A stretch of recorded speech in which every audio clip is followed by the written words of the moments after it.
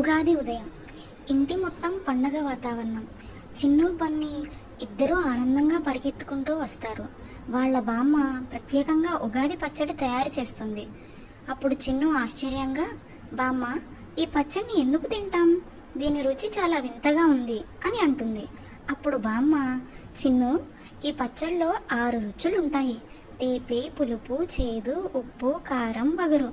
అలాగే మన జీవితంలో కూడా ఆనందం, ఆశ్చర్యం, కష్టాలు, విజయాలు అన్నీ ఉంటాయి. అందుకే ఉగాది పచ్చడిని తింటాం అని అంటుంది. అప్పుడు బన్నీ ఉత్సాహంగా ఉండి అప్రమత్తంగా లేకుండా పచ్చడి పాతను తట్టుకోలేక తిప్పేస్తాడు. పచ్చడి మొత్తం నేల మీద పడిపోతుంది. అప్పుడు బన్నీ, అయ్యో బామ్మ, తప్పుగా చేసేశాను అని అంటాడు. అప్పుడు బామ్మ నవ్వుతూ, ఏముంది అందులో? చేదు అనుభవాలు కూడా మనకు పాఠాలు నేర్పిస్తాయి. తప్పులు చేయడం వల్లనే కొత్త విషయాలు నేర్చుకుంటాం అని అంటుంది. అప్పుడు చిన్ను బన్నీ ఇద్దరూ బామ్మ మాటలను అర్థం చేసుకుంటారు. వాళ్ళ ముఖాల్లో చిరునవ్వులు విరబూస్తాయి. అప్పుడు చిన్ను, ఓ, అంటే ప్రతి అనుభవం ముఖ్యం కదా అని అంటుంది. అప్పుడు బన్నీ, అవును, ఇకపై తప్పులు చేస్తే బాధపడను బామ్మ అని అంటాడు. బామ్మ కొత్తగా ఉగాది పచ్చడి తయారు చేస్తుంది.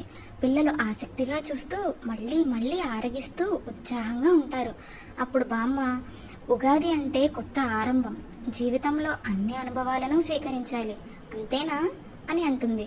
అప్పుడు పిల్లలు, అవును బామ్మ అని అంటారు. ఇలా చిన్ను బన్నీ ఉగాది పచ్చడిలో దాగిన జీవిత సత్యాన్ని అర్థం చేసుకుంటారు. వాళ్ళు పండగను మిఠాయిలా ఆస్వాదిస్తూ కొత్త ఆలోచనలతో ముందుకు సాగుతారు.